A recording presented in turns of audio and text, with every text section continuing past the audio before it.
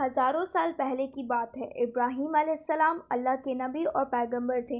ایک دن جب ابراہیم علیہ السلام سو رہے تھے تو انہوں نے ایک خواب دیکھا جس میں اللہ نے ابراہیم علیہ السلام سے فرمایا، اے ابراہیم، آپ کے نزدیک جو سب سے پیاری اور محبوب چیز ہو آپ اسے اللہ کی راہ میں قربان کر دیجیے۔ اب یہاں آپ کو بتا دوں کہ اللہ اپنے بندوں کا اور خاص طور سے نبیوں کا امتحان لیتا ہے، یہ دیکھنے کے لیے کہ انسان اللہ سے زیادہ محبت کرتا ہے یا اللہ کی دی ہوئی نعمتوں سے۔ نبی اور پیغمبر کے خواب سچے ہوتے تھے، وہ جو بھی خواب دیکھتے تھے وہ اللہ کا حکم ہوتا تھا۔ تو یہ خواب دیکھنے کے بعد ابراہیم علیہ السلام نے اللہ کی راہ میں اپنے اونٹ کے جٹھے میں سے 100 اونٹ قربان کر دیا۔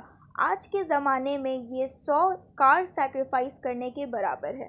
ابراہیم علیہ السلام نے سوچا اللہ نے جو انہیں حکم دیا تھا وہ پورا ہو گیا۔ جب رات کو وہ سوئے تو انہیں پھر سے وہی خواب آیا، اس لیے ابراہیم علیہ السلام نے اگلے دن 200 اونٹ اللہ کی راہ میں قربان کر دیے۔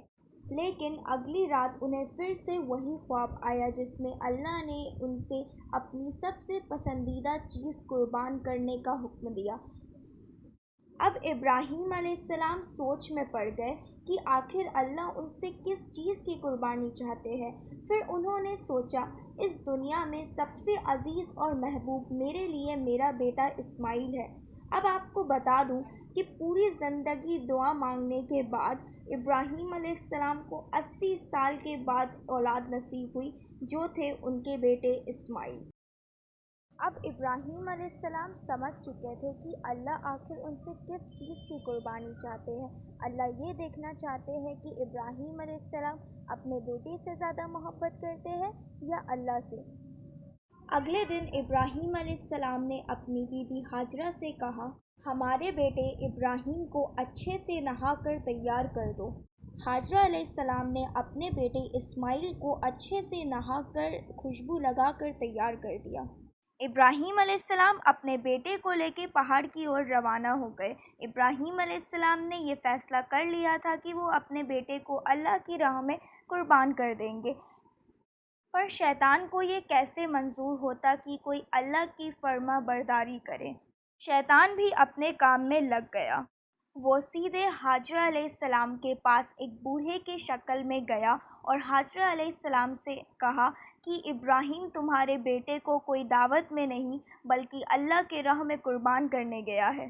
یہ سن کر حضرت ہاجرہ بہت حیران ہوئی اور وہ سمجھ چکی تھی کہ یہ ضرور اللہ کا حکم ہے، تو انہوں نے شیطان سے کہا، اگر اللہ نے مجھے اسماعیل جیسے 1000 بیٹے بھی دیے ہوتے تو میں خوشی خوشی اسے اللہ کی راہ میں قربان کر دیتی۔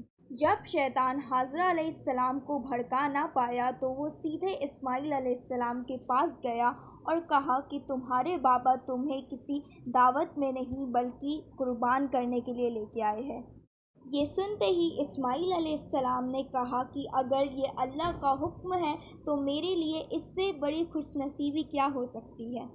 جب یہاں بھی شیطان ناکامیاب ہو گیا تو وہ ابراہیم علیہ السلام کے پاس گیا اور انہیں بھڑکانے لگا یہ کہہ کے کہ تمہیں یہ بیٹا کتنی منتوں سے ملا ہے، اگر تم اسے قربان کر دو گے تو تمہارے بڑھاپے کا سہارا کون بنے گا، اور اگر اللہ نے یہ قربانی بھی قبول نہ کی تو تمہارا کتنا بڑا نقصان ہو جائے گا، ایسا مت کرو۔